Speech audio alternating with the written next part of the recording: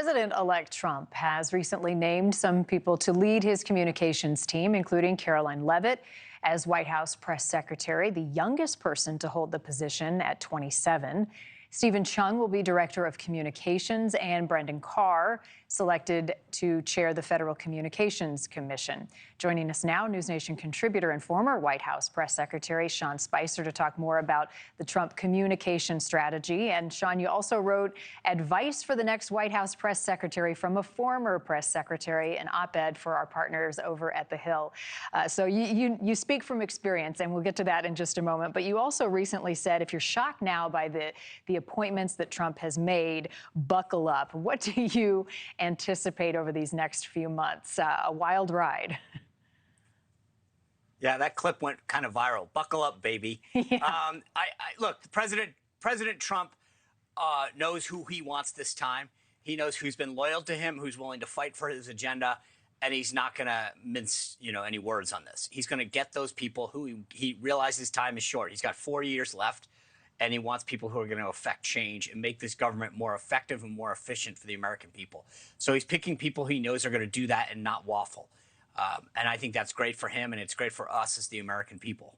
Do you think that he's going to face some tough challenges, though, with Senate and House Republicans who haven't been as loyal in getting these confirmations through? Well, obviously, the Senate's the only thing that matters when it comes to confirmation. And right now, I think the Senate recognizes, the Senate Republican Conference, led by John Thune, recognizes that President Trump won overwhelmingly two Tuesdays ago, and that he has his right to pick his people to serve in his cabinet and execute on his agenda.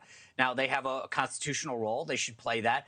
But unless there's an issue, when you look at the Biden cabinet, just to be clear, Marni, you have Dennis McDonough running the VA.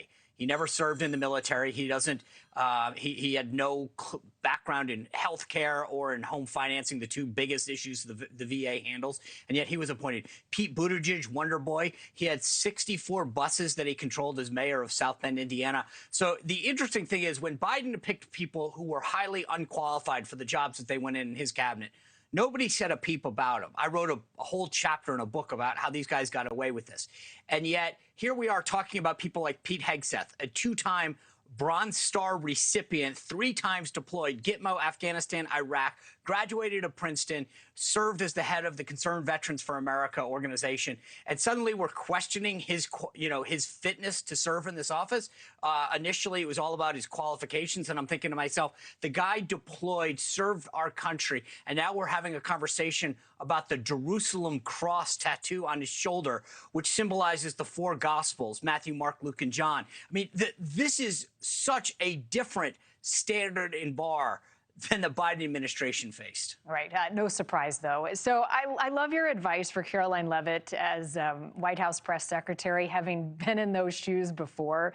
And one of the first things you said is check in with President Trump frequently.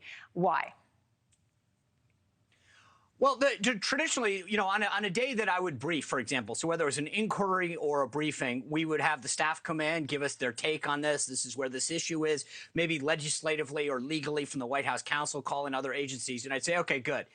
And initially, I kind of took their word on it, like, we believe this. And then I'd go in and I'd say, Mr. President, the staff says that this is where this issue is going or where your support is. And he'd say, no, I don't agree with that. Like, I think the following. And it took me, it was a rude awakening to some degree, but it's his agenda. It's his administration. And I learned that I needed to check in with him. And sometimes he was in the course of making a decision and getting briefings. And I would say, great, I'll check back in an hour.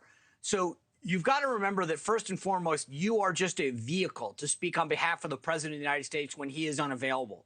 So you need to make sure that you've got the most current, up-to-date information possible directly from him, and that's never a problem. The press secretary has tons of access to President Trump because he wants to make sure that the words that are used, the way in which a policy or personnel announcement is made is accurate.